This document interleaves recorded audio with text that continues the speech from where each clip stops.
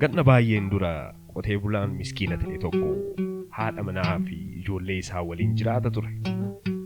Qotee bulaan kun ooyiruu mataa isaa waan hin qabneef abbaa qabeenyaa ollaa isaa jiru tokkoof mindaa xinnaadhaan qacaramee qootuun otoo jiraataa jiru jireenyi waggaa waggaatti tulfaachaa dhufe. Haadha manaa isaas waamee waggaa baay'eedhaaf ollaa keenya kanaaf hojjannee ooyiruu mataa keenya bitachuu hin dandeenye.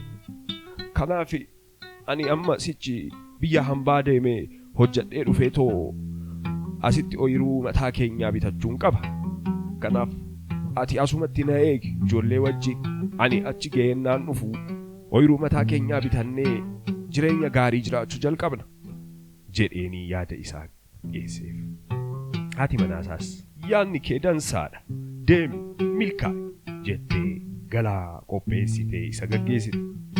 Qotee bulaan kun qe'ee isaatii fagaatee otoo deemaa jiru karaa irratti nama adurree sadi qabatee tokko waliin wal argee nagaa ega wal gaafatanii booda namni haaraan kun qotee bulaa kanaan yaa namana anoo baay'een beelee dhukkubsadhee jiras dafee gara magaalaa gahee wal'aanamuu qaba garuu qarshii hin qabu.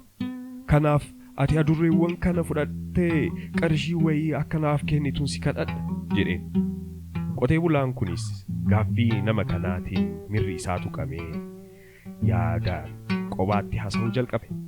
Amma nama kanaaf qarshii qaburraa yoon kenneef anaaf qarshiin geejjibaaf ta'u malee wanti biraa maanaaf otoon kennuufii dide immoo namni kun karaa irratti du'uu isaati jechuun erga qooyaalee booda murteessee namtichaaf nyaata qabateerraa hirrisee qarshiis laatee fi adurreewwan sadan sana fudhatee imala isaa itti fufe.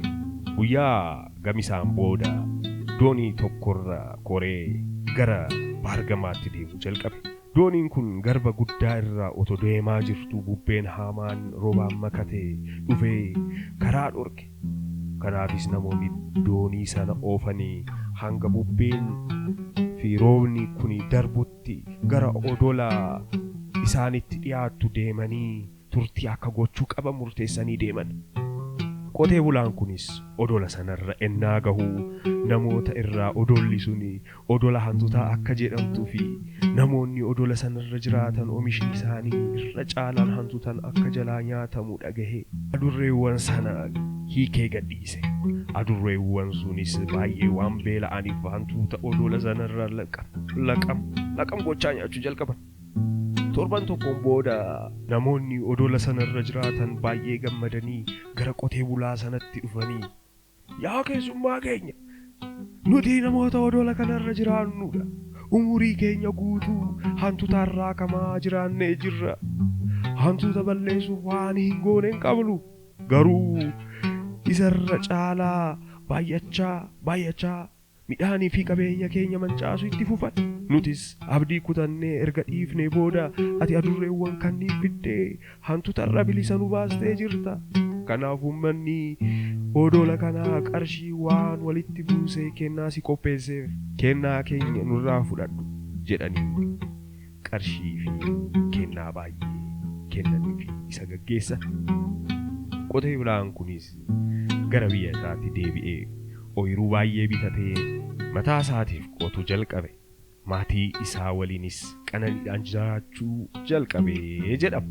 Ijoollee oduu durii kanarraa maal akka barattamee maatii keessan waliin irratti mari'adhaa. Gaaf biraa oduu durii kan biraatiin walitti deebina. Nagaatti.